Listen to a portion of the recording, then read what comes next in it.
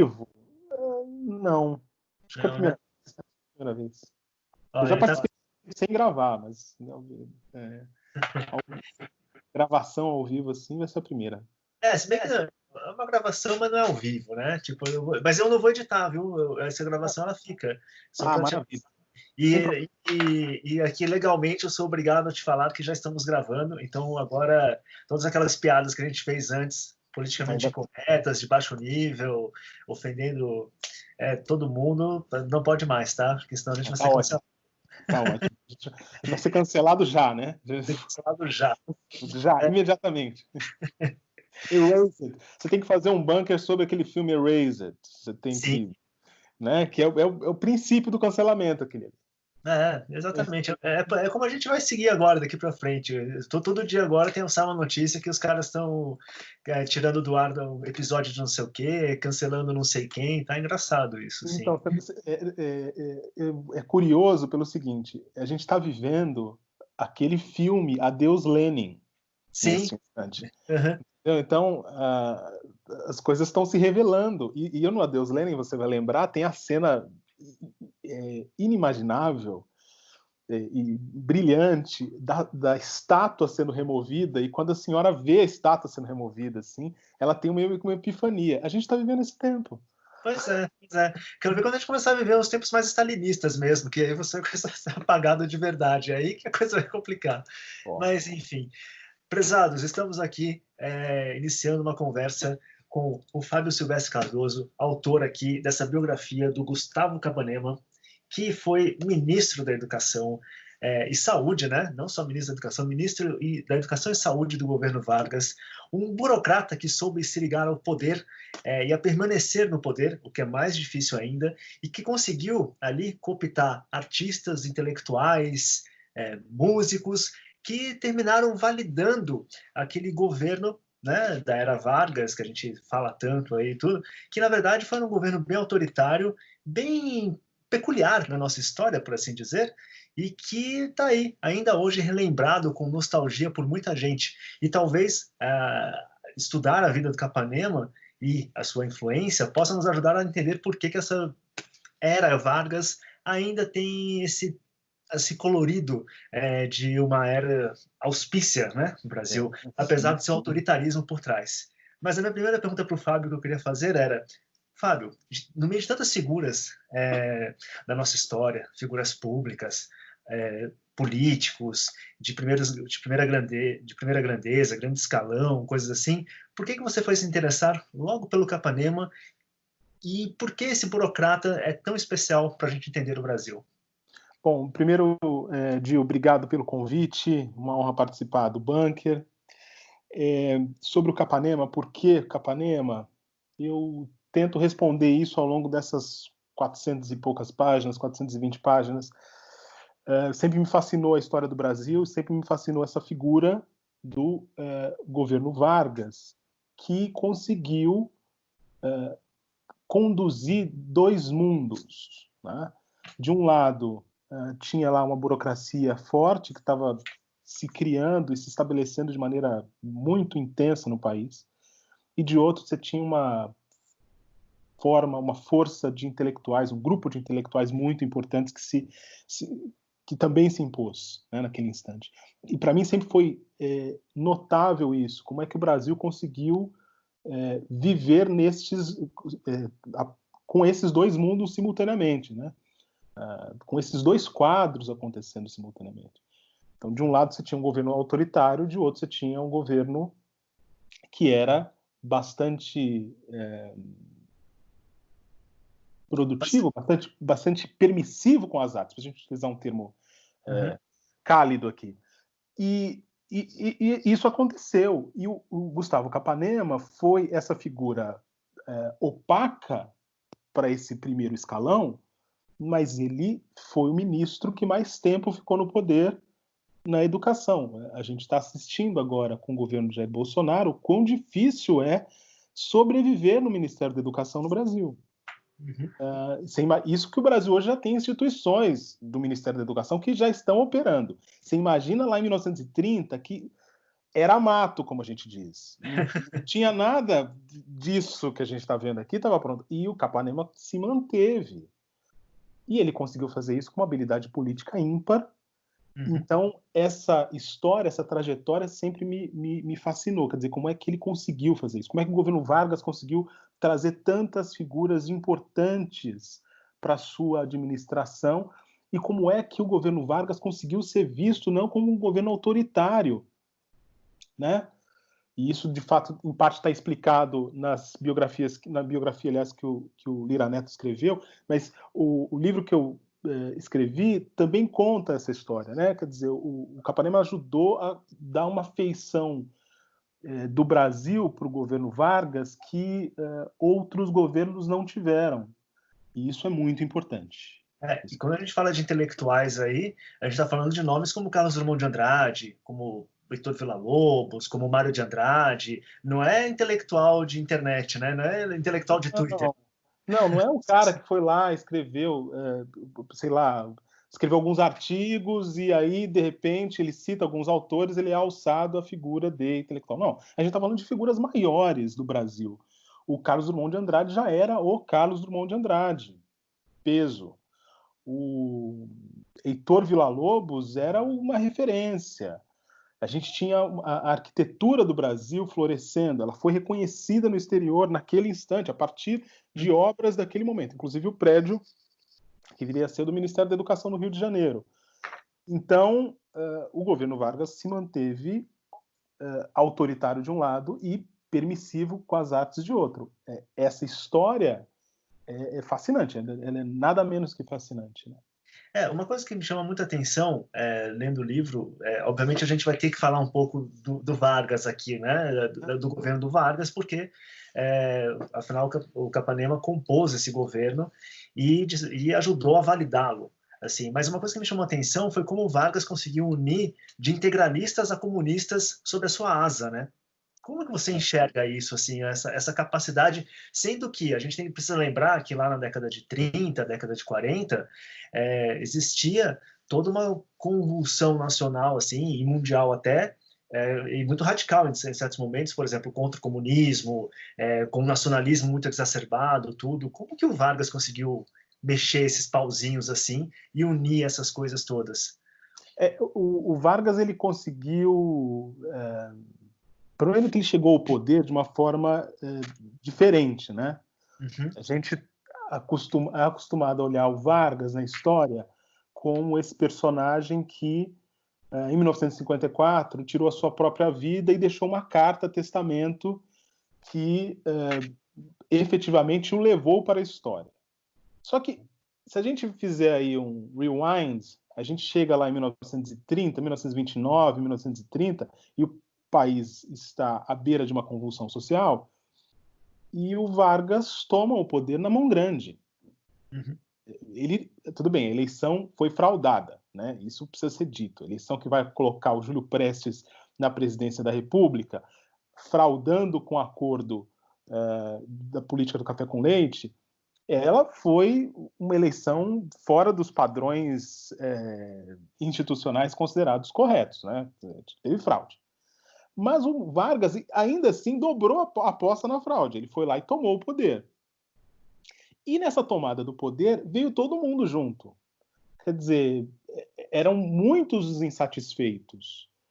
E ali tinha figuras que eram mais radicais mesmo, né? Muito mais reacionárias. Então, eu acho que foram os que participaram do governo numa primeira hora. E, aos poucos, o governo Vargas ele vai se ajustando às circunstâncias. Acho que isso também é uma capacidade política notável, dele não ele não ter medo de abrir mão daquilo que vai agarrá-lo em alguma circunstância ruim, que possa tirá-lo do poder. Ele vai se movimentando nisso. Eu acho que o Capanema, de certa maneira, ele se comporta da mesma forma. Ele se ajusta conforme as circunstâncias e se num primeiro momento é um governo que vai ser autoritário mas vai ter um Brasil novo, num segundo instante vai ser um governo que se faz mais autoritário ainda, lançando mão do uso da força para evitar que o perigo do comunismo apareça. Então, ele vai ficando mais autoritário com o tempo, mas, ao mesmo tempo, ele vai se encontrando com esse Brasil profundo. Eu acho que olhar para a história política só com esses dados da política mesmo e não perceber como é que o Vargas se constrói do ponto de vista da imaginação junto à população brasileira é perder de perspectiva muita coisa. E aí a gente não entende por que o Vargas ele é uma figura tão decisiva para a história do Brasil. Decisiva para o século XX. Aqui não se quer comparar, dizer que ele foi o melhor presidente da República, mas é uma figura sem a qual a gente não consegue entender o que acontece no Brasil hoje, né? Assim, como que essa figura se encontra com o chamado povo que todo mundo tenta decifrar. Uma coisa que me chama a atenção, você falou uma coisa muito interessante aí, que é a questão de como a política do Vargas se encontra com o imaginário cultural brasileiro, né? Com aquilo que forma a cultura brasileira, por assim dizer. E é muito interessante que uma coisa que me chamou a atenção no seu livro foi o momento que você fala que muito daquilo que o Vargas vai projetar, em especial do seu nacionalismo, já está no imaginário brasileiro por conta da Semana de 22. Sim. Né, que assim, porque existe uma ideia ali do Mário de Andrade, do Oswald de Andrade, toda aquela patota do quê? De criar uma cultura que fosse genuinamente brasileira. E isso termina levando, assim, com o passar dos anos, 10 anos depois, né, 15 anos depois, quando surge Vargas, bom, está aí, ele vai concretizar a ideia de um país nacionalista, né, de um país que tenha valores e símbolos e ideário nacionalista, que casa muito bem com o fascismo do Mussolini e, em certa medida, até com aquilo que aconteceu na Alemanha, né, que a gente precisa comparar. Não precisa citar, Mas eu queria que você elaborasse um pouquinho essa visão de que a Semana de Arte Moderna de 22, de certa forma, foi um arcabouço do imaginário da era Vargas. Pode-se pensar isso? Ou estou exagerando? Eu acho que não é possível compreender esse Brasil da era Vargas sem a gente acrescentar aqui alguns personagens. E eu não tenho dúvida de que o Mário de Andrade é um deles, o Oswald de Andrade é outro, o próprio Capanema é um personagem importante. E isso por quê? Porque eram figuras que tinham uma visão do que o Brasil poderia ser do ponto de vista das ideias, né? No Brasil comandado de cima, de certa forma, por esses pensadores. E a Semana de Arte de 22, ela foi muito aguda do ponto de vista das suas indicações, né? Quer dizer, as consequências da Semana de 22, elas seriam percebidas em camadas ao longo do tempo. Então ela não ficou só em 22. A gente fala da Semana de 22, mas a gente tem, na década de 30, uma transformação política importante com a Revolução de 30. Depois a gente tem o início da construção do Palácio Capanema, o prédio do Ministério da Educação, que foi comandado por 2 modernistas. Esse episódio, para mim, é importantíssimo, porque todos os outros prédios, ou as outras edificações públicas do governo Vargas, elas seguiam um modelo neoclássico.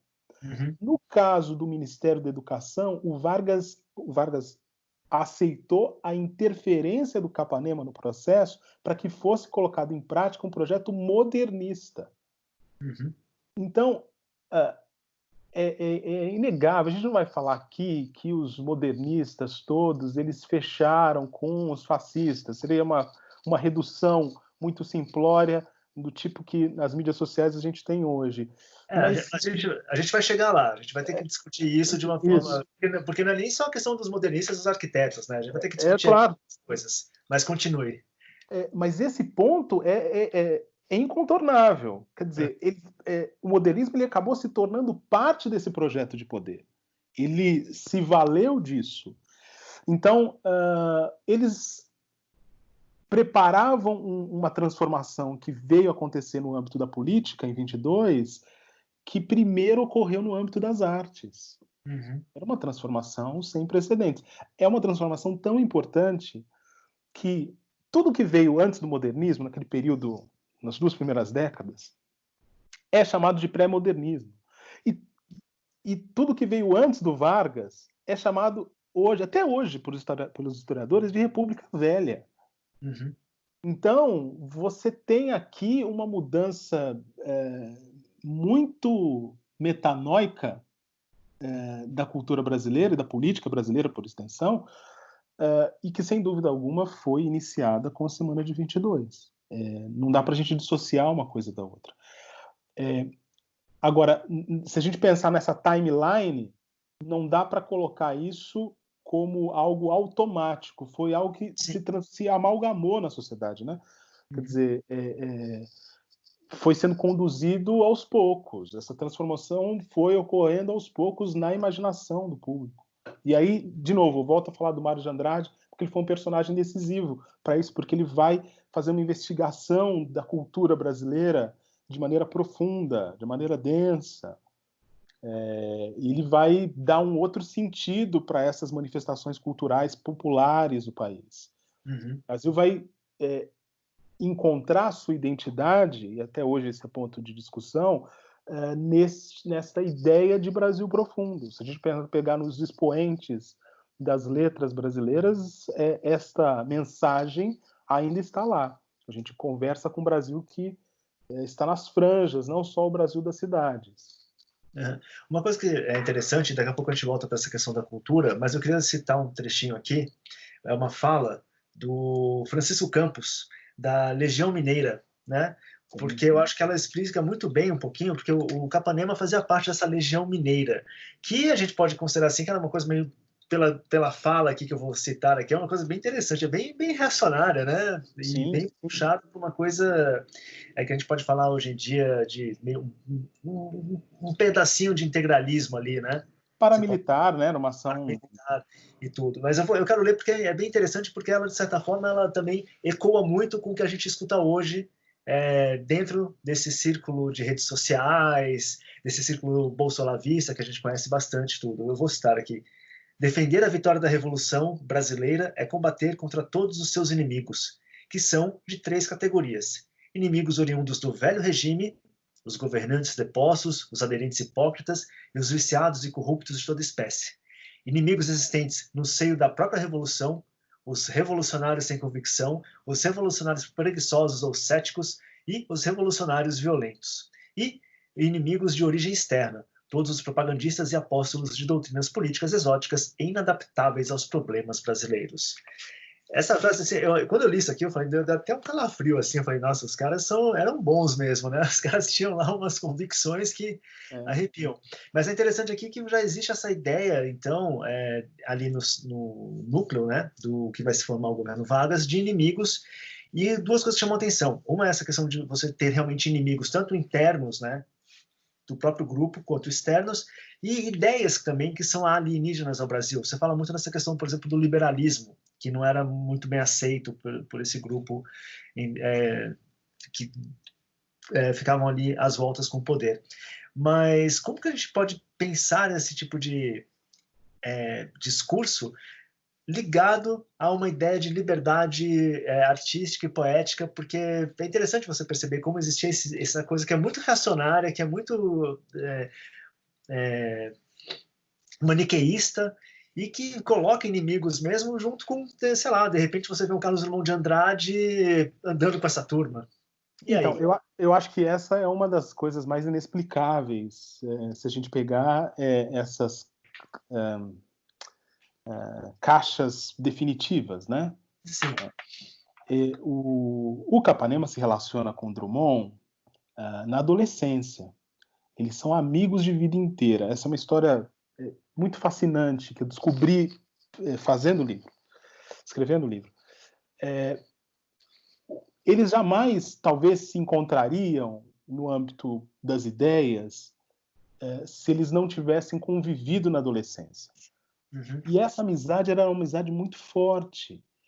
Então, quando o Capanema assume um posto político, isso ainda em Belo Horizonte, ele chama o Carlos Drummond de Andrade para ser o seu assessor direto.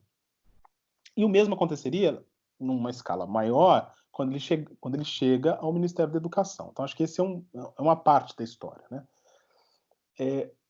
Ao mesmo tempo, o Capanema era uma figura ligada ao poder. Uhum. E ele entendeu qual que era o jogo do poder. Desde muito cedo, né? Desde muito cedo, de que era preciso fazer parte de algo maior para que as coisas acontecessem, para que as coisas se movessem. Ele vai fazer essa associação com o Chico Campos por uma outra relação, porque o Chico Campos foi professor dele. E eles mantinham uma relação de influência, mas também de uma certa rivalidade. Uhum. Então, o Capanema foi muitos.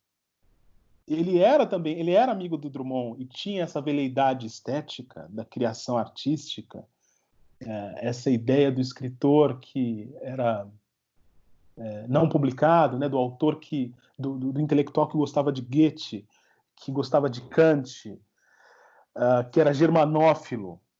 Mas ele também era essa figura que se aproximou de um ideário muito autoritário. Uhum. E de um ideólogo desse movimento reacionário, que foi o Chico Campos, conhecido como Chico Ciência. Né? Então, eu acho que, se a gente olhar do ponto de vista objetivo, não há conexão entre esses dois mundos. Uhum. Né? Ou você é autoritário, ou você gosta de poesia, é liberal no campo das ideias. Mas o Capanema mostra que a trajetória dele não foi necessariamente em linha reta nesse sentido. Embora eu considere que ele tenha sido uma espécie de flecha. Ele nunca mudou essas convicções. Ele sempre foi do jeito que ele foi, mas essa amizade era parte dele. E ele conseguia contagiar os que estavam ao lado dele.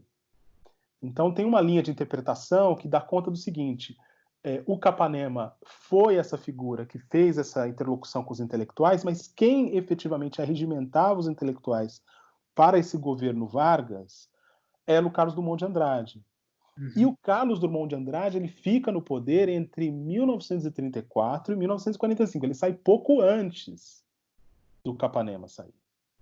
O governo já está no apagar das luzes e ele sai. O Capanema fica até o final do governo. Sim. Então, é por aí que tem esse vínculo. Quer dizer, imediatamente, ele não se dá do ponto de vista das ideias. Né? Não é uma conexão que a gente encontra lógica, encontra sentido nessa articulação intelectual, mas por essa afinidade e pelas convicções do próprio Capanema. Mas você acha que existe aí também uma inauguração de um mecenato do Estado que terminou facilitando a vida dos artistas, assim, intelectuais e tudo, e eles perceberam, bom, já que não dava para viver de cultura no país, como até hoje parece ser meio difícil, era uma saída fácil para esses intelectuais.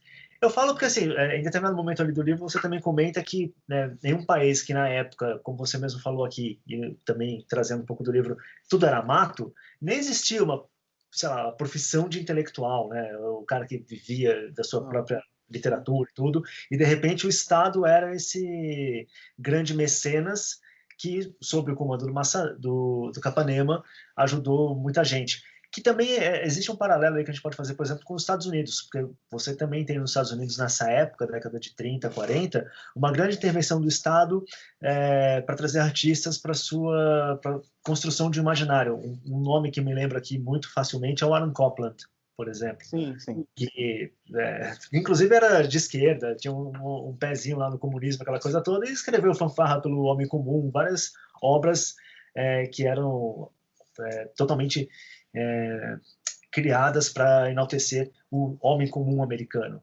Então, de certa forma, você também vê isso acontecendo no país sob o comando do Capanema, com esse mecenato que termina atraindo nomes como o Niemeyer, como o Villa-Lobos, tudo. Então, você acha que isso era uma tentação muito grande para esses caras? Então, tipo, melhor tapar o olho para o autoritarismo do Vargas e tudo e ver o que acontecia?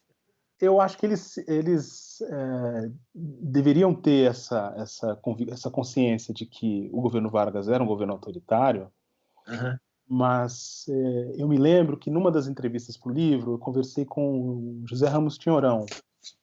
Sim. E Tinhorão me disse assim, bom, tem uma tentativa de fazer com que o governo Vargas seja um governo só, um governo autoritário, mas tinha coisas importantes acontecendo no âmbito da cultura. Então, essa era uma contrapartida efetiva, que marcou uma geração, e que era uma política de Estado mesmo, e que a gente não teve depois. A gente, sei lá, a gente fala hoje muito gazeteiramente da Lei Rouanet, sem conhecer os seus meandros, mas ali, na década de 30, na década de 40, não havia uma saída, uma alternativa, porque o negócio funcionava pelo Estado, sempre. Então, eles deveriam ter essa consciência de que se tratava de um governo que tinha esses laivos autoritários, mas isso também ganhou força à medida que o tempo passou. Até porque o governo Vargas ele foi se tornando mais autoritário na medida em que o tempo passava. Esses intelectuais, eles de uma certa forma conseguiram se descolar desse movimento, até porque, como o presidente Getúlio Vargas, ele é muito lembrado pela última passagem dele no poder, entre 1951 e 1954, pouca gente menciona esse período que foi tão decisivo para a história do Brasil e que teve ditadura, né? Ditadura, não tem outra palavra. Então, esses intelectuais, eles viravam o rosto para o lado, sim, porque uma coisa diferente do ponto de vista da criação estava acontecendo. Eu não vejo como eles pudessem olhar para ou tentar uma alternativa a esse modelo, porque efetivamente era aquilo que existia, né? O Estado era o único canal onde essa produção podia escoar. Uma coisa que me chama também, assim, curiosamente, a atenção é essa coisa que você coloca no livro, que umas questões sobre a questão do poder, assim, né? De que mais do que cultivar afetos, o político busca o poder. E uma outra frase que você fala também é que não basta alcançar o poder, mas domá-lo. Haja visto como o Collor, o Dilma e o próprio Bolsonaro agora tentando aí, estão vendo como é difícil domar o poder, né? O que você considera que é o poder, assim? Eu acho que assim, é inegável que ele é um monstro no âmbito da política que todo mundo almeja alcançar. E eu acho que, em alguma medida, todo mundo imagina que pode chegar lá e efetivamente assumir esta força, né? Só que ele tem caminhos que são muito mais sombrios para todo mundo que se envolve com ele. Então, a tentativa, eu acho que a expressão que eu uso é domesticar o poder. Tentar domesticar o poder é uma ambição de todo político que se preza, né? Só que isso é virtualmente impossível. E por que é impossível? Porque, à medida que você está no poder, outras pessoas querem tirar esse poder de você, né? O poder não é exercido por todo mundo o tempo todo. Então, eu acho que a tentativa mais bem-sucedida de domesticar o poder é você ficar do lado dele o tempo inteiro, ou do lado de quem está vencendo o tempo inteiro. Isso é muito difícil também. Poucos políticos conseguem fazer isso. Eu acho que, por esse motivo, o Capanema é um exemplar bem-sucedido. Muito embora ele não tenha exercido cargos executivos. Aliás, ele exerceu um cargo executivo, mas foi por um período muito curto de tempo, e foi quando ele foi apeado do poder. Mas, tirando isso, ele fica até o final da vida dele, praticamente, com poder político, com influência política. Mas, respondendo objetivamente o que você me perguntou, o que é o poder? É esse monstro que oferece para todos nós a possibilidade de ter superpoderes, né? De ter mais capacidade de colocar em prática aquilo que a gente deseja e de comandar a vida de outras pessoas. É uma coisa que você coloca muito bem, desculpa, que você coloca muito bem no livro, que é a ideia do poder como ser capaz de comandar os rumos do país, ser uma vanguarda artística do país e poder determinar os rumos desse país, né? Que talvez essa também seja uma das grandes tentações que estava na cabeça daqueles intelectuais e artistas que se ligaram ao governo Vargas via Capanema, né? Acho que sem dúvida, sem dúvida. Acho que isso, São Paulo viveu isso também, em menor escala, talvez, com o Mário de Andrade. Ele teve poder também. Isso foi por um período mais curto de tempo, né? Mas a influência que ele exerceu, com esse curto mandato que ele teve aqui como burocrata da cultura, mostra quanto se pode conquistar, né, com isso. Então, controlar o poder, domesticar o poder é uma tentação muito grande, porque você imagina que pode domar esse monstro. Mas, como todo monstro, ele acaba tomando parte, fazendo parte daquilo que você projeta, né? Quer dizer, ele também cobra a sua fatura. Ele também acaba se incorporando em você. Então, todo mundo que se mete a tentar domesticar o poder acaba domado pelo poder. Acho que essa é a tragédia, né? Um caso muito interessante é o do Graciliano Ramos, né? Que o Graciliano Ramos ele foi preso e depois ele volta como propagandista do governo Vargas. Isso. Por que isso? Eu sei que tudo bem, as pessoas tentam entender, o Graciliano é um caso muito citado, escreveu Memórias do Cárcere e tudo, mas ele volta para ser um cara que vai escrever, participar de uma revista que era uma revista de propaganda do governo Vargas. Era basicamente o Terça Livre da época. Acho que o Terça Livre não tem propaganda do governo oficial, mas... o texto não é tão bom, mas eu acho que dá para a gente fazer o seguinte paralelo. O Graciliano Ramos, com esse episódio, ele sintetiza o que é o Brasil, né? De certa maneira. Você consegue entender o que é o Brasil nessa quadra, nessas cenas aí. Ele está preso, tá na masmorra, né? E escreve Memórias do Cárcere. Sai da masmorra e vai encontrar o ministro da Educação e vai colaborar com um órgão do governo, que é o Departamento de Imprensa e Propaganda. E assim, é ok, isso tudo é ok, isso aqui tudo se passa na mesma década. E é inimaginável isso acontecer, né? Se todo mundo fala aí do roteirista do Brasil, você fala, não, isso não é possível, esse personagem não pode estar aqui porque ele era o antagonista do regime, ele não pode ser o propagandista do regime. Mas no Brasil aconteceu isso. E um dos motivos para tanto é que esses intelectuais, efetivamente, eles tinham trânsito com esses nomes da política brasileira. E, de novo, a mediação exercida aí pelo Carlos Drummond de Andrade é decisiva para isso. Né?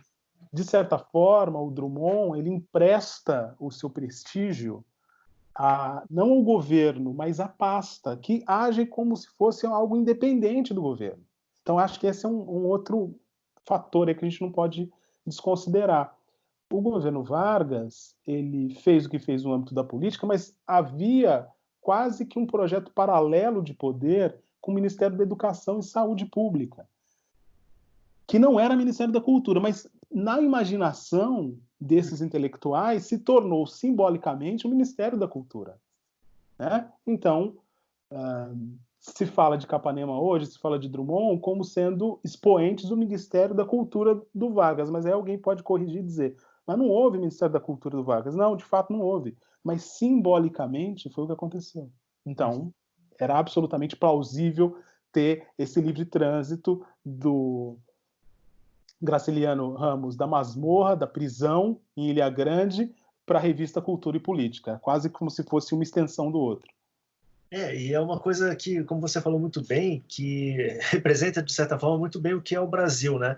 Da mesma forma que representa muito bem o que é o Brasil, você ter uma cultura que existe dependente do Estado de uma forma tão bizonha que você tem, sei lá, festival de punk rock patrocinado pelo Estado, até hoje, né? É engraçado, quando o livro saiu no ano passado, Gil, muita gente falou assim, bom, mas se eu tirar os personagens, se eu tirar o contexto, se eu tirar essa moldura da década de 30, a gente está falando do Brasil de hoje, com essa, né, com essa força da religião e essa ambição autoritária, às vezes totalitária. Mas é preciso lembrar que, primeiro, eu escrevi esse livro entre 2014 e 2018. Uhum. Eu não estava fazendo uma previsão, eu estava falando do Brasil.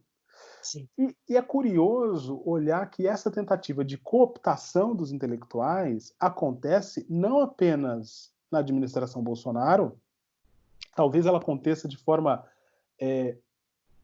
mal sucedida na administração Sim. Bolsonaro, Uhum. mas ela acontece de maneira muito bem sucedida em governos anteriores. Uhum. Exatamente. Na verdade, o que você percebe no livro, e aí fazendo uma grande defesa do livro, é que assim, não é que ele representa o momento atual, na verdade ele representa o momento integral do Brasil do século XX. Né? Basicamente isso, que é você ter um Estado que está o tempo inteiro cooptando intelectuais, artistas, pensadores para justificar as suas coisas boas e ruins, por assim dizer. Não vou falar só que só teve coisa ruim, porque também tem coisas que você pode falar que são boas.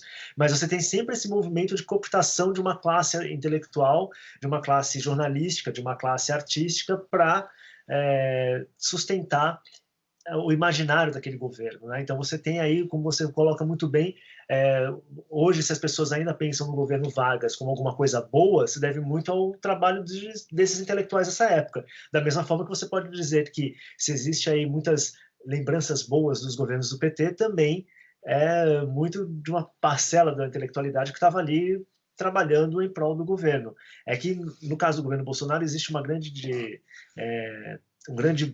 buraco aí que, na verdade, eles não conseguiram cooptar intelectual nenhum. Não tem quadro. Não tem quadro. Acho que esse é o ponto. Não tem quadro. Então, uma das entrevistas que eu respondi no ano passado, eu perguntava isso, dá pra gente fazer o paralelo? Eu falei, não dá, porque no governo Bolsonaro a gente não tem quadros, Sim, como existia no governo Vargas. O governo Vargas é uma constelação de intelectuais, uma constelação de primeira linha. Você pode detestar o governo Vargas, você pode dizer governo Vargas foi... Mas você não pode negar a obra desses intelectuais.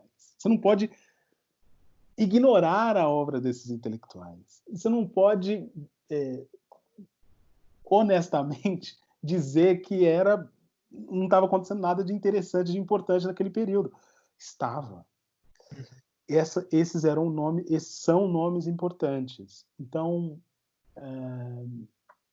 há uma conexão assim muito forte desse projeto político com esses com essas grandes estrelas da cultura brasileira. E eu acho que aí sim você tem um modelo que passa a ser replicado a longo prazo, porque dá certo. E assim, ele dá certo de tal forma que parece que este é o normal. Que esse que é o modelo perfeito, né? Não, é isso que tem que acontecer. A gente precisa ter, então, um projeto de cultura que seja, de fato, garantido pelo Estado. Então, o Estado assume uma posição de protagonista na criação artística. Então, o Estado precisa bancar esses intelectuais, o Estado precisa municiar esses intelectuais. Por sua vez, esses intelectuais precisam assumir uma posição de não defesa do governo. Atenção, defender o governo é uma coisa, porque o Drummond não estava defendendo o governo. O Drummond estava falando em nome da cultura brasileira. O Niemeyer não estava defendendo o governo, ele estava defendendo uma agenda estética do modernismo. Nenhum desses nomes estavam automaticamente falando bem do regime Vargas. É muito mais suave nesse sentido do que uma projeção autoritária. Então, não é a coisa do abraçar a bandeira com ordem e progresso, com as 27 estrelas, e por isso você está fazendo uma arte que seja genuinamente nacional. O episódio nefasto do Roberto Alvim no início do ano suscitou algum tipo de comparação, mas assim, é incomparável. Sim. Porque o Capanema jamais faria aquilo, ainda que ele fosse germanófilo. Pois é, isso que é o mais interessante, né? Aí ele não faria isso, porque precisa ser muito mais sofisticado do que isso. E há uma imaginação, de novo, eu repito essa palavra, porque é isso que importa. É Uhum. essa imaginação de que o Brasil significa uma coisa maior em termos de criatividade artística. E esses valores, então, da criatividade artística são encampados pelos seus satélites, pelos seus próceres, que são os artistas. Então, esse modelo acaba funcionando. Esse modelo funciona no governo Vargas, esse modelo funciona depois no governo Juscelino, funciona. Esse modelo vai funcionar na volta, na redemocratização do Brasil, com menos com o Sarney, pouquíssimo com o Sarney, aliás, mas ela vai funcionar de forma muito intensa no governo Fernando Henrique Cardoso. Com o governo Lula a gente não precisa nem dizer. Uhum. Né? Basta olhar o que acontece no governo Lula. O governo Lula escolhe, o presidente Lula escolhe como primeiro-ministro da cultura, né? O ministro da Educação foram vários, mas o ministro da Cultura, primeiro, foi o Gilberto Gil, Uhum. que encampou, sem dúvida alguma, uma imaginação do que era aquele momento da cultura brasileira, do que era aquele momento do país. Veja, nenhum desses artistas, o Gilberto Gil, o Caetano Veloso, o Chico Buarque, eles não vão elogiar o governo Lula abertamente nas suas canções. Não é isso. Mas Sim. eles encampam um projeto artístico que é, sim, validado e chancelado pelo Estado.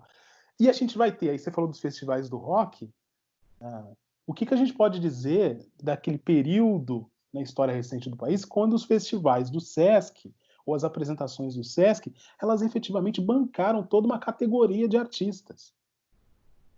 Tá? Então, acho que essa aí sim é uma relação total, imediata com o que acontece no governo Vargas com o Capanema. Tá? Uhum. O Capanema financiava manifestações culturais como a do Sesc? Não, não é isso, mas o modelo está ali. É a partir desse modelo que você vai replicar, porque aquele modelo deu muito certo. Uhum. E na época também nem existiam os festivais, as bandas, essas coisas, era um outro tipo de cultura, mas existia, por exemplo, uma literatura, existia o Villa-Lobos. O Villa-Lobos fez lá se eu não me engano, qual que era? Era Baquiana 7, que é homenagem ao Isso. Capanema. Baquiana, Exato, que é exato. homenagem ao Capanema, né? Tudo. Então não chegou a fazer uma pro Vargas, mas fez uma pro Capanema, Não, tudo. o Capanema, ele fez tinha as aulas de música, até hoje a gente ouve isso de pessoas de outra geração, quando elas se lembram, falam assim, na minha época tinha música, tinha aula de música na escola. Uhum. Isso tem a ver com o projeto do Villa-Lobos, que levava as pessoas lá para cantar para o Vargas, lá no dia do aniversário, no 7 de setembro. Levava para cantar no dia do trabalho. Então, Mas, aproximando essa questão que você falou aí do Gilberto Gil, até porque foi aniversário dele esses dias, e ocorreu uma comoção, assim, interessante, né? Eu confesso que eu não sou muito chegado em música brasileira, eu tenho certos problemas, assim. Eu gosto de alguns artistas, mas não de movimentos e tudo, e realmente o Gil não é um dos caras que eu falo assim, nossa, eu gosto de Gilberto Gil. Mas eu vi uma comoção toda em torno aí dele, como se ele fosse realmente um símbolo de um momento em que o Brasil era um país democrático, né, que tinha seus valores e tudo, que é um momento especial que você, obviamente, pode considerar aí esse período em que ele foi ministro da Educação. da Então, a gente cultura, né? continua... Ministro da Cultura, né? Ministro da Cultura, né? Desculpa, que a gente estava pensando no Capanema. Ministro da Cultura. Então, as pessoas esquecem essas coisas muito rapidamente, ou então, assim, a depender de quem esteja a depender de quem esteja no poder, tudo bem você ser um subordinado a esse poder, assim. Como que é isso?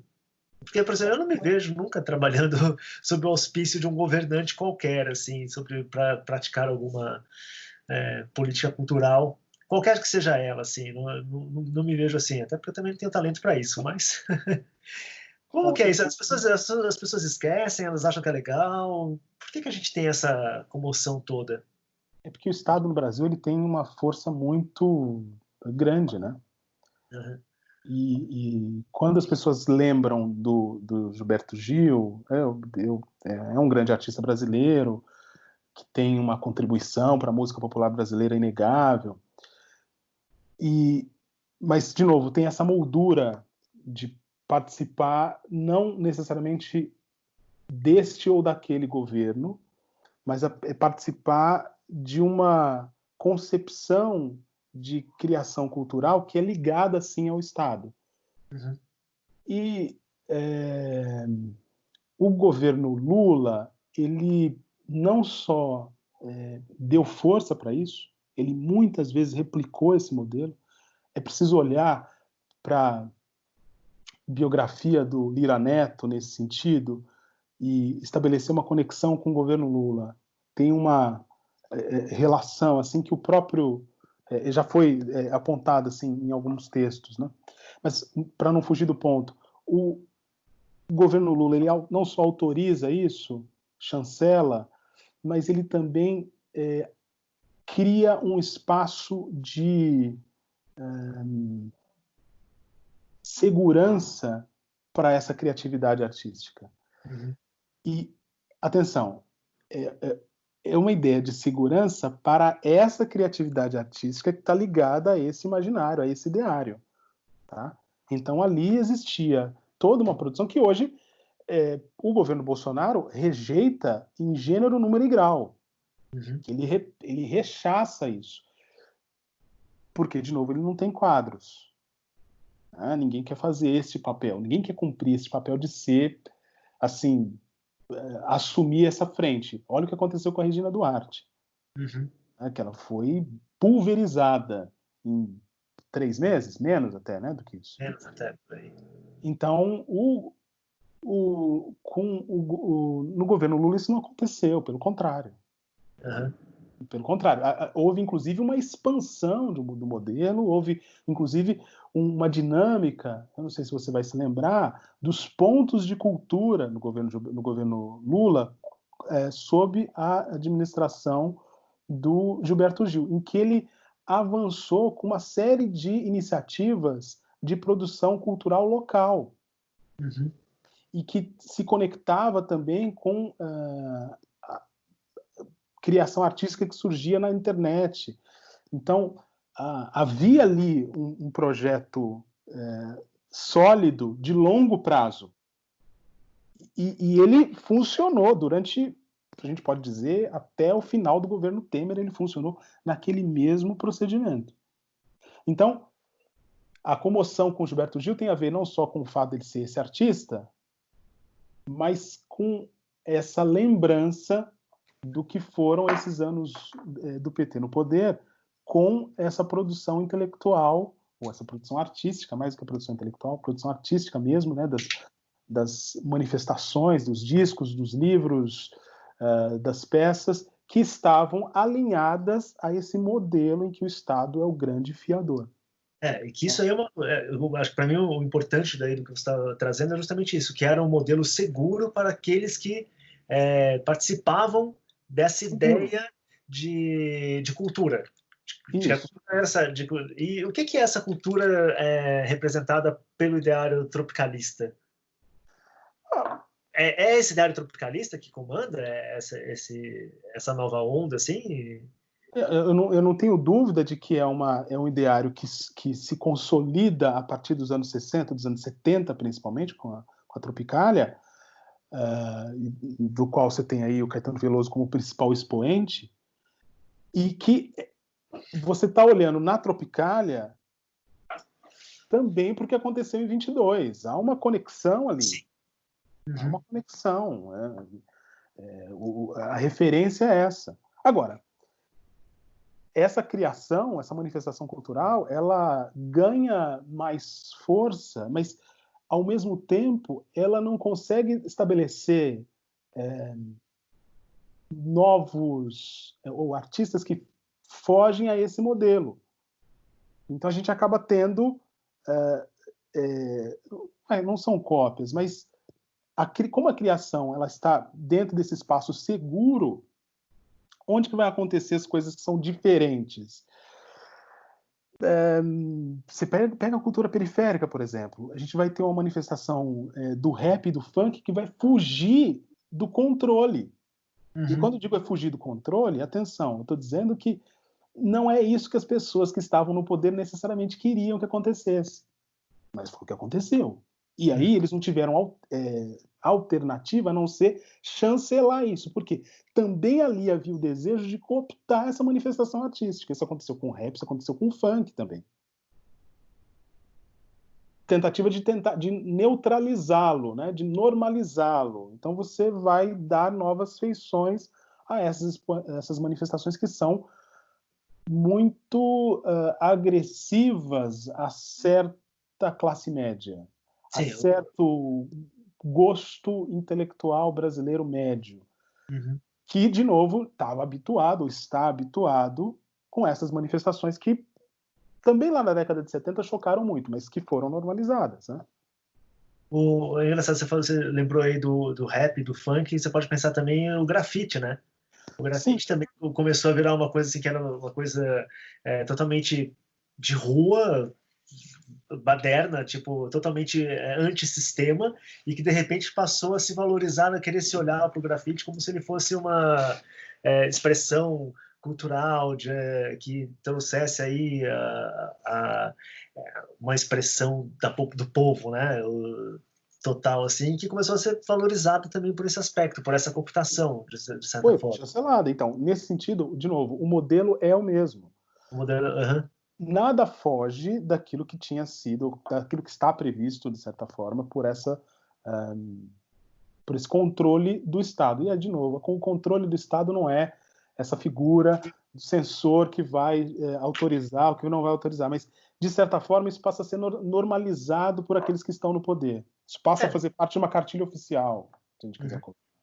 Que na verdade você tem qualquer um que já participou de qualquer processo de escolher ganhador de prêmio, que já tentou fazer algum projeto patrocinado pelo governo, tudo, tem várias coisinhas ali que são colocadas, né? Tem que ter uma visão positiva da sociedade, tem que ter uma integração de minorias, tem que ter não sei o que, não sei o que, não sei o que. Isso começa a criar uma cultura que você só pode se você depende do Estado, você só pode ter esse tipo de discurso, né? Você não pode fugir dele. Isso, de novo,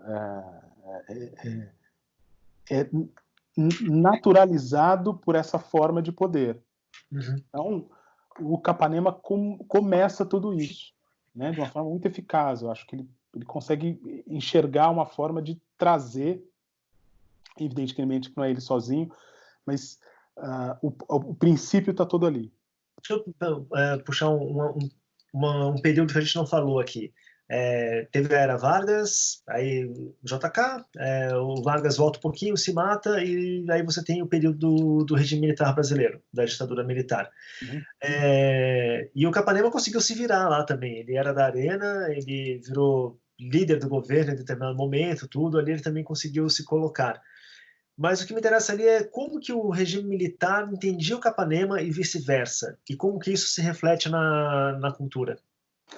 Eu acho que tem duas passagens aí que são importantes de serem demarcadas, né? Primeiro, quando o Capanema sai do... Só uma Claro. coisa, o grande erro do Capanema era não gostar de futebol, porque se ele gostasse, ele teria se dado melhor, eu acho. Eu acho que sim, acho que sim. Ele não gostava mesmo, não tinha interesse por isso. Então. A primeira passagem é assim, quando ele sai do governo Vargas, o governo Vargas acaba, né, em 45, ele é eleito, ele vira deputado, e ele é um dos relatores da Constituição. Né? Aí o Vargas volta ao poder em 51, ele é o líder da maioria, ele tem um embate grande com Afonso Arinos de certa forma, é o vencedor desse embate, pouco tempo depois o Vargas se mata, e aí o Capanema se mantém ali no âmbito da política, desses quadros políticos importantes para o país, mas sem necessariamente fazer parte do governo, né? Ele não é líder do governo. E quando o Juscelino é eleito, ele, de certa forma, mantém uma certa rivalidade com o Juscelino. Os dois são de Minas. Aí tem a ditadura militar, acho que essa é outra passagem. Na ditadura militar a gente fala muito de 64, mas havia um clima em 64 que tinha sido, de certa forma, preparado a partir de 1961, quando o Jânio renuncia. E aí o Jânio renuncia e, quando ele renuncia, tem uma comoção nacional, porque o vice dele, que é o João Goulart, está na China. E aí havia uma dúvida, será que ele assume, não assume, etc. e tal, como é que vai assumir? E aí eles criam meio que uma jabuticaba, para a gente utilizar essa terminologia, que é assim, não, ele vai assumir, mas não vai assumir com todos os poderes de vice de presidente, vai ser, de certa forma, toreado por um primeiro-ministro, e esse primeiro-ministro vem a ser o Tancredo Neves. Muitos anos depois, o Tancredo Neves vai dizer assim, era para ser o Capanema, ele quase foi, mas não foi. Triste essa, né? Se quase foi, não foi, é dureza. Quase foi, né? Ainda mais para um político que, como você fala muito bem, você tem uma coisa que determina muito bem uma pessoa política, é a vaidade, né? A vaidade. Bom, aí o Capanema, nessa medida, em 61, ele foi decisivo para que o João Goulart assumisse. E não porque ele foi negociar com o João Goulart, mas é porque quando o Jânio Quadros renuncia, ele vai lá e ele é consultado. Ele fala assim, não, a renúncia é renúncia. O sujeito renunciou, o Congresso não tem que aceitar. Ele já renunciou. Sim. Você não quer mais ser presidente, você não vai voltar porque o Congresso vai rejeitar isso. Já renunciou e pronto. Então, o Capanema é consultado para isso, porque ele tinha sido lá atrás um dos relatores da Constituição. Aí, em 64, ele, para minha surpresa, quando estava escrevendo o livro, ele abraça o caos. Ele fala isso. Tem uma coluna lá do Carlos Castelo Branco, Castelinho, inclusive é aniversário deles, né, nessa época também agora. Teve um texto no jornal hoje falando. O Castelinho escreve isso. Que na véspera de 64, o Capanema ele é confrontado com essa dura realidade, com essa escolha. E a gente não consegue fazer esse cálculo olhando para 64 da forma como a gente vê 64 hoje, né? Os caras foram lá para apoiar o golpe, que absurdo, né? Para a gente é óbvio que isso não deveria ter sido feito, é condenável. Só que o Capanema, ali na sua circunstância, e eu consigo ver isso, ele faz outro cálculo, ele abraça o caos porque ele enxerga que a alternativa que seria o João Goulart não daria certo para o país. E ele viu também, e isso é uma questão de sobrevivência, ele viu como é que o poder estava se mudando, estava se alterando naquele instante. Então ele decide abraçar o caos. E é muito curioso que ele utiliza essa palavra, o caos, porque ele sabe, ele entende de política, ele sabe que essa é uma escolha que vai ter graves consequências. Na verdade, na época o que você pode pensar assim é que era uma escolha em que o incerto era a única certeza, né? Exato. Eles sabiam que isso não ia ficar bem depois. Todos os personagens ali envolvidos, o Hernando Amaral Peixoto, que foi genro do Getúlio Vargas, ele fala isso, tem lá nas memórias, ele diz assim, todo mundo sabe como começa uma ditadura, mas ninguém sabe como termina. E o Capanema vai e fala depois, entre a normalidade e o caos, eu decidi abraçar o caos. Ele entende que aquilo ali é ruim. E, bom, por que ele faz isso? Primeiro, por uma questão de sobrevivência política, ele viu os acontecimentos se moverem de forma rápida naquele período. Tá? E eu acho que tem um entendimento de que só é possível fazer alguma coisa no âmbito da política se você está no poder. Sim. E é um reconhecimento muito draconiano, mas ao mesmo tempo bastante pragmático do que é a política. Você não vai conseguir fazer absolutamente nada se você estiver fora do poder. Se você está fora do poder, você pode protestar, você pode escrever manifesto, mas você não está no poder, você não consegue operar. E ele, a meu ver, preferiu fazer parte desse movimento e operar por dentro do que ficar do lado de fora. Isso não significa que eu esteja aqui passando pano para o Capanema, etc. e tal, mas eu entendo essa decisão. Até porque, na verdade, é uma coisa que você coloca muito bem no livro, e qualquer um que leia um pouquinho sobre a época de 64, 65, sabe que naquele momento as pessoas, em geral, apesar de saberem que era muito o incerto, era o mais provável, mas existia ali uma promessa de que haveria eleições em 65, de que seria uma transição, seria um terreno rapidinho. E não coisa prolongada. Tudo que você pega para ler na época, todas as pessoas falam isso naquilo ali. Inclusive, uma das maiores injustiças que existem hoje é você pegar, por exemplo, a Elizabeth Bishop, que falou, louvou, entre aspas, né? Foi uma revolução rápida, que não teve nada, tudo, e as pessoas criticam ela como se ela tivesse conhecimento dos fatos que aconteceram, tipo, nas décadas seguintes, né? Como nós temos hoje em dia do que aconteceu naquele momento. E são as mesmas pessoas que não falam um A do Antônio Delfim Neto, que chancelou o AI-5 em 1968. Que aí sim foi uma coisa que, veja, não é que eles estavam mergulhando no incerto. Ali era, claro que era fechamento total do país e um avanço da ditadura onde ela não tinha ido antes. O Capanema faz essa escolha em 64 para se manter no poder, é uma escolha pragmática, porque ele entende que só pode fazer alguma coisa se ele estiver no poder. Tem um personagem muito importante nessa época que está fora e que é alijado do poder e não consegue fazer absolutamente nada, que é o Marechal Henrique Lott. Sim, muito interessante a história dele ali, do jeito que você traça ali, realmente chega até a emocionar em determinados momentos. Eu falei, poxa, são vidas paralelas ali, né? São. E o Henrique Lott, que, veja, flertou com a presidência, ele quase chegou à presidência também. É que ele foi atropelado por um outro furacão, que era o Jânio Quadros e tal, mas ele está fora, e quando ele fica fora do poder, ele sofre toda sorte de perseguição.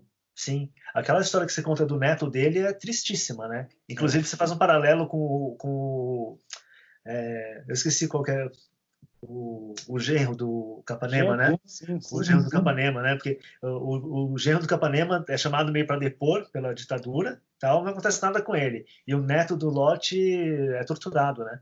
É torturado.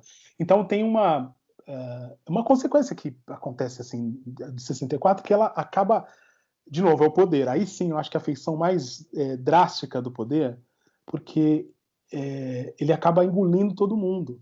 Sim. Todo mundo em 64 que achou que poderia domar o poder foi amaldiçoado pela decisão de topar a ditadura. E essa maldição pegou o Capanema em menor escala, mas pegou o Capanema, pegou o Carlos Lacerda, pegou o que foi governador aqui de São Paulo, que apostou no golpe também, no primeiro instante. Quer dizer, todas essas figuras... Pegou o JK. Todas essas figuras, elas foram marcadas por isso. E elas não tiveram sobrevivência depois. É impressionante como... Aí sim, a ditadura ela acabou com uma geração da política, ela criou um hiato que, para a gente retomar, demorou muitos anos. E retomou mais ou menos, né? Nunca, quando você pega essas grandes figuras dessa época, assim, e você pega, como eu falei aqui no começo, o Capanema era só um burocrata, mas você já vê o tamanho do Capanema como indivíduo, como político, como articulador, você fala, cara, não tem uma figura dessa hoje em dia, né?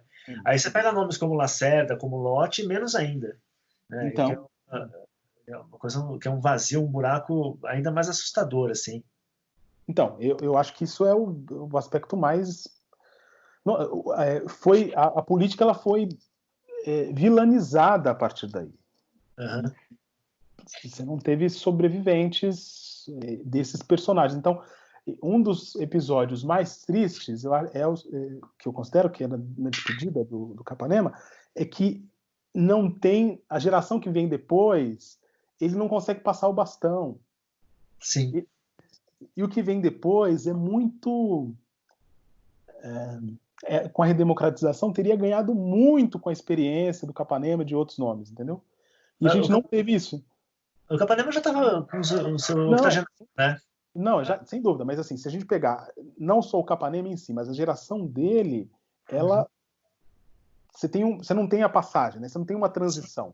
Você falou de futebol, mal comparando, é o que acontece entre 2006 e 2010, na Copa do Mundo. Em 2006 tinha uma geração que, pode ter sido derrotada, era uma geração que tinha sido vencedora antes, e 2010 é uma geração totalmente nova. Não houve uma passagem, e assim, é muito notável isso, de como se perdeu em termos de experiência.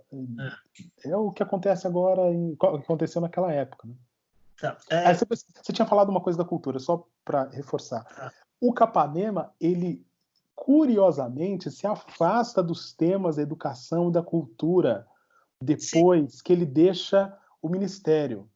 E é muito interessante o seguinte, hoje, se você entra lá no site do Ministério da Educação, você tem lá inúmeras referências a diversos personagens, tem a própria referência ao Capanema. Mas o grande nome da educação brasileira, que é citado por todos os políticos, pensadores da educação no país, não é o Capanema.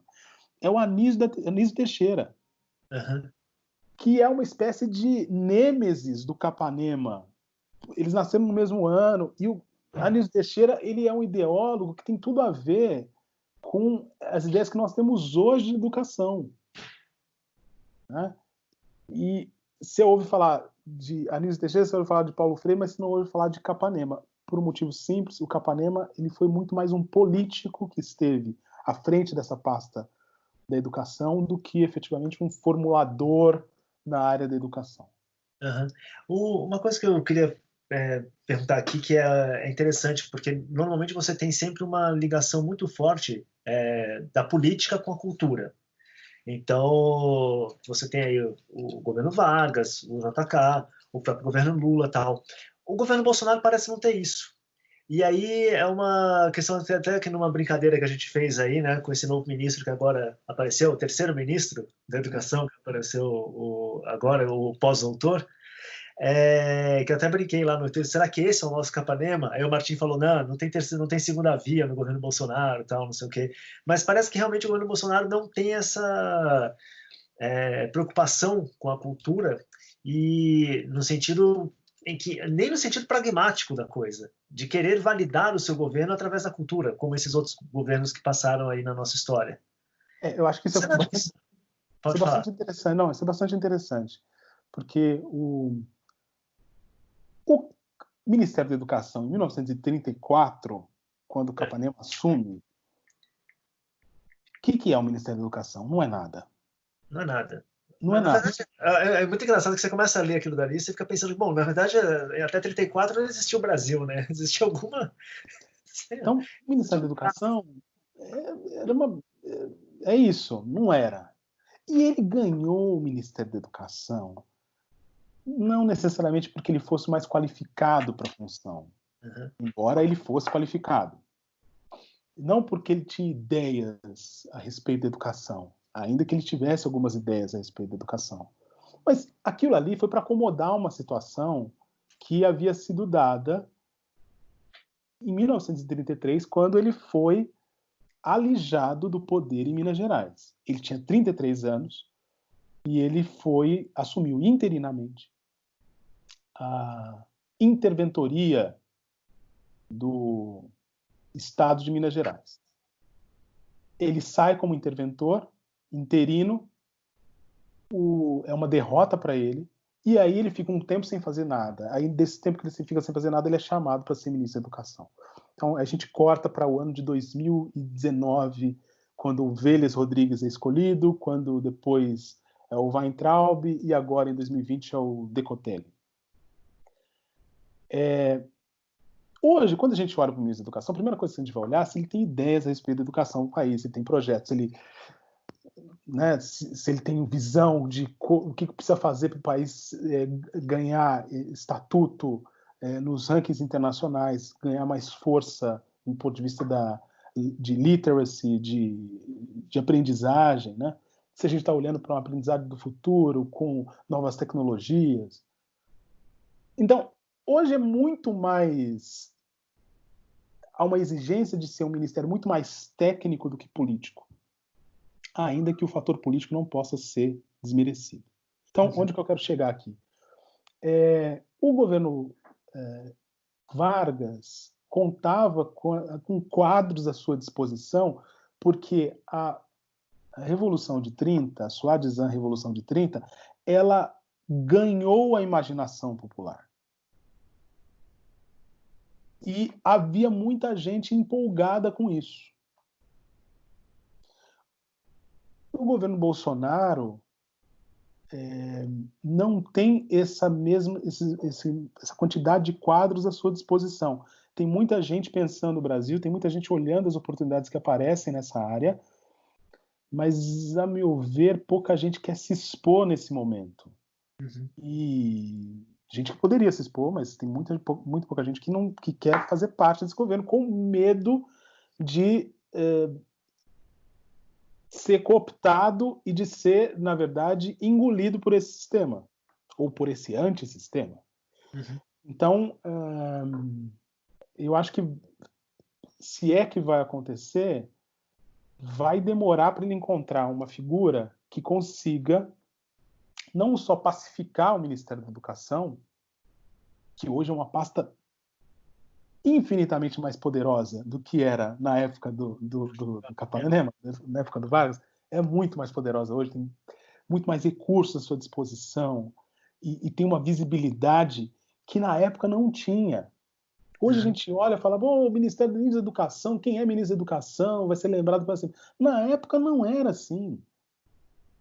E olha só que coisa curiosa, hoje a gente fala do Ministério da Educação como algo importante, porque tem um verniz evidente, mas esse verniz ele foi dado por figuras como Capanema. Por isso que ele é o pai do MEC que a gente conhece hoje, porque ele estabeleceu um parâmetro muito alto. Então a gente fala, pô, não, tem que ser uma figura de peso que consiga dialogar com figuras importantes da área, e precisa ter ideias a respeito da educação. Isso não é tão óbvio, não é tão simples assim. Uhum. Até porque também existe aí um anti-intelectualismo dentro do governo Bolsonaro que até impede que isso venha de uma forma natural, né? Não, eu não vejo, de novo, quem que era o mais próximo disso, em termos dos ministros que já ocuparam, né? Contando com o atual. Sem dúvida alguma, o Vélez Rodrigues, né? Que tinha uma ambição intelectual, que escreveu livros e tinha uma participação na universidade. Mas ele não tinha uma interlocução com outras figuras notáveis do setor. Ou figuras que, de fato, hoje impactam no debate. Né? Então, não tem... E é muito difícil. Para isso, você precisa não só ter essa capacidade técnica, mas você precisa ter também esse maquinário da política a seu favor. E isso é muito difícil. Você ter as duas coisas é muito difícil. É algo que você pensa que, ainda mais pensa que para construir isso daí você precisa, antes de tudo, aceitar o sistema, né? E o governo Bolsonaro tem essa coisa meio paradoxal dele ser um sistema que não se aceita, né? Ele se posiciona na oposição de si próprio, né? Exatamente. E aí fica uma coisa bem difícil de você ver a coisa andar. Parece que fica numa entropia o tempo inteiro e nada sai dali. Né? Ainda mais, principalmente no campo da cultura. É um momento muito bonito e triste, na verdade mais triste que bonito, é quando o Capanema tenta concorrer a uma vaga na Academia Brasileira de Letras, né? E aí cabe aquela questão da vaidade do homem político e uma vaidade maior ainda do homem intelectual. E você percebe isso ainda hoje em dia, né? Todo jornalista, todo literato, todo pseudo-artista por aí, ele quer, no final das contas, ser reconhecido pelos seus talentos e de uma forma oficial. Como você vê o Capanema se despedindo da vida? Eu acho que esse é o momento mais triste de todo o livro. Eu acho que não sei, sou suspeito para dizer porque escrevi a respeito, mas para mim é onde o Capanema, é quando o Capanema se vê vencido por uma força muito superior à que ele imaginou que possuía, que era grande, né? Então, Sim. veja só, em 1980, o Carlos Drummond de Andrade era o maior poeta do Brasil. Ponto. Não é que, mas não, ele era o grande poeta maior. A gente pode discutir, tá aqui, João Cabral, que veio morrer anos depois, né, quase no final dos anos 90. Será que ele não? Mas o Drummond ele era reconhecido, tinha influência no debate público. Aí, primeiro tem a saída do Capanema do Senado, que já é uma nota triste. E depois essa tentativa de se manter relevante. Essa é a coisa pior que pode existir para um político, porque durante muito tempo ele foi consultado e ele foi uma figura importante. Uhum. E aí ele deixou de ser essa figura importante, e aí ele entendeu que ele precisava deixar algum legado. Ele queria participar da Academia Brasileira de Letras porque era um caminho natural, não só porque ele tinha sido político e outros políticos ocuparam cadeiras ali antes dele, mas essencialmente porque ele tinha essa ambição intelectual, ele era alguém que se preocupava com os livros, com as ideias. Né? E descobri que o Drummond tentou fazer com que ele fosse eleito, ele não conseguiu ser eleito,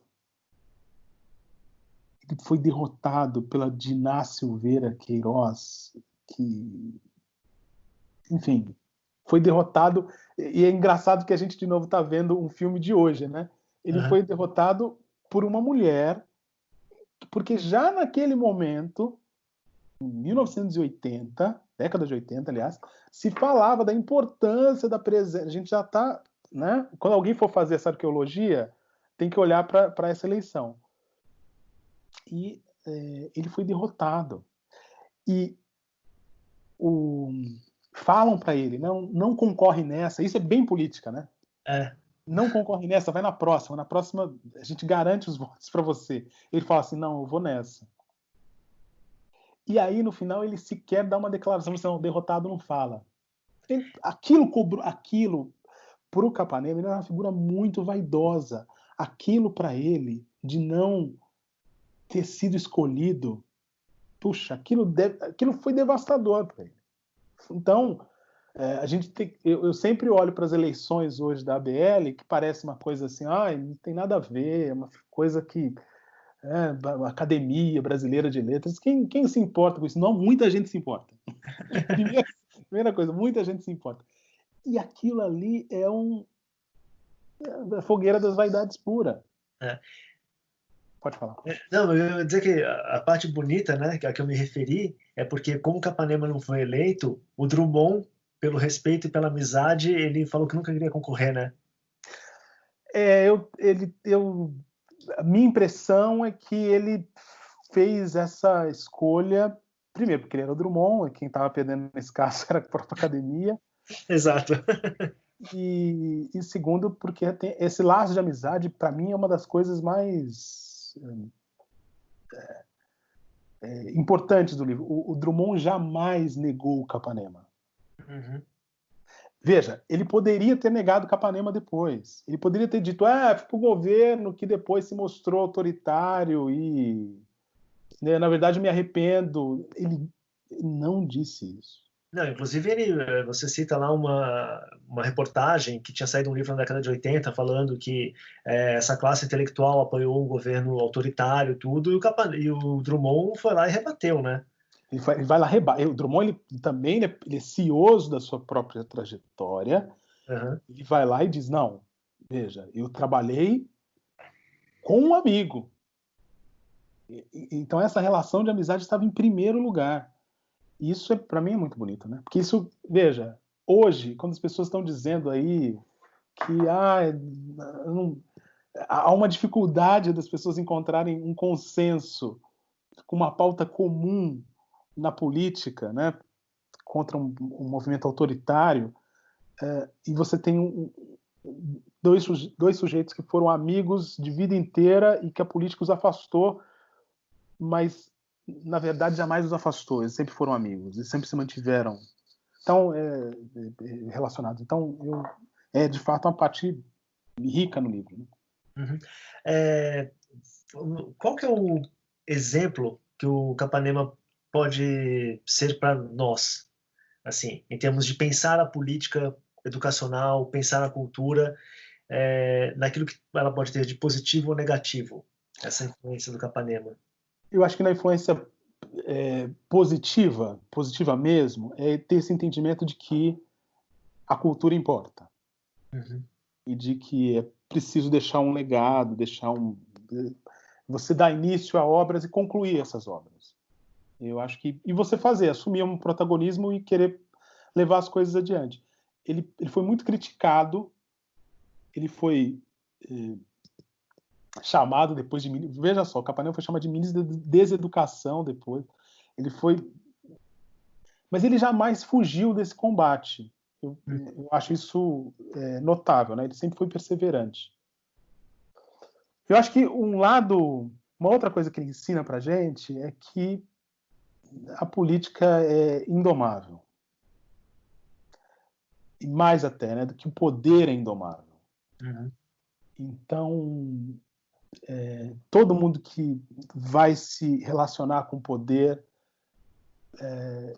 não vai se dar bem. Pode se dar bem por um tempo, pode ter vantagens por um tempo, mas no limite você sempre vai ser derrotado. Ele nunca é um jogo que você vence o tempo todo. É um cassino que prepara sempre o pior para você, né? Quer dizer, se ficar tempo demais lá, você vai ser derrotado. Eu vi muito aquela tetralogia do poder do Sokurov e eu tenho medo do poder, não quero nada com isso daí, não. Acho que eu também vi nos seus stories, acho que é bem isso. Mas existe um legado também do Capanema na saúde, porque a gente falou muito da educação, aí a gente falou bem da educação, tudo, mas ficou um pouco para mim um pouco vago, assim, como que foi o papel dele, porque como existia essa divisão na época no Ministério da Educação e da Saúde, como que ele lidou na área da saúde? O governo Vargas enfrentou uma série de problemas na área da saúde naquele instante que o Capanema, veja só, até para a gente olhar com mais cuidado para essa administração, né? Hoje a gente fala que a pasta da saúde ela merece um destaque, merece uma luz própria, mas naquele instante era educação e saúde, é uma coisa só, educação e saúde pública. Acho que o legado daquela época ele foi levado adiante e culminou com o estabelecimento do SUS no final dos anos 80. E explico por quê. Porque a partir da década de 30 ficou claro que o Estado precisava assumir um protagonismo também na área da saúde. Então, o Capanema ele pode não ter desenvolvido ou ter concluído grandes feitos neste segmento, mas ali também tem uma moldura do que o Estado pode fazer, aliás, do quanto o Estado pode fazer. E eu acho que essa é uma discussão que está na pauta do dia, né? Até porque a gente não tem ministro da saúde para valer, né? Tem o tapa-buraco ali que arrumaram agora. Exatamente, veja, é o momento mais drástico da pandemia no Brasil e não tem ministro da saúde. Eu acho isso inimaginável. Então, essa é uma outra coisa, né? Tava claro que ele tinha que ser para o Capanema que para você executar uma tarefa, você tem que se cercar dos melhores. Porque pode ser que esses melhores não deem conta, mas eles ainda assim são os melhores, né? Sim. Então, acho que essa é uma lição. Você pode não saber tudo de um assunto, mas se você estiver bem assessorado, a chance de você se dar bem vai ser melhor.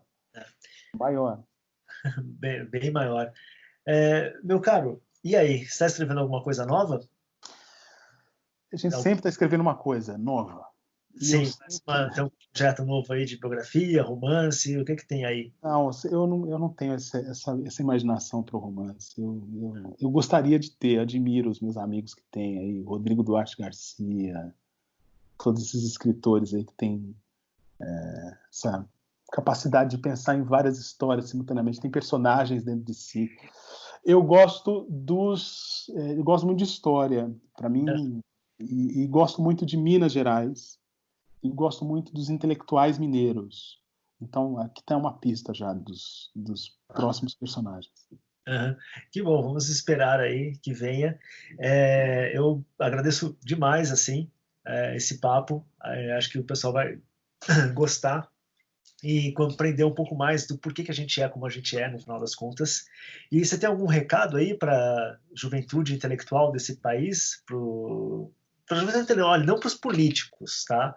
Mas justamente para esse pessoal que tem uma pretensão de ser intelectual, de ser escritor, de ser artista e tudo. Qual que é o conselho que você dá para eles, assim? Você sendo um intelectual.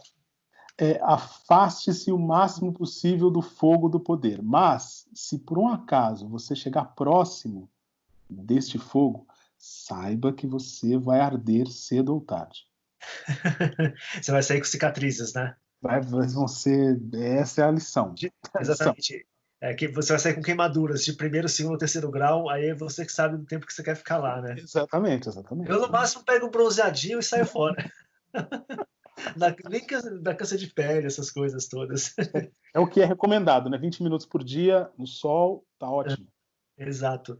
Fábio, muito obrigado. Eu espero aí que o pessoal leia o vosso livro, que é muito melhor do que eu consegui expressar aqui. Imagina, você foi muito gentil comigo, deu para falar bastante do que eu escrevi e deu para refletir sobre essas escolhas, né, que o Capanema fez assim no livro.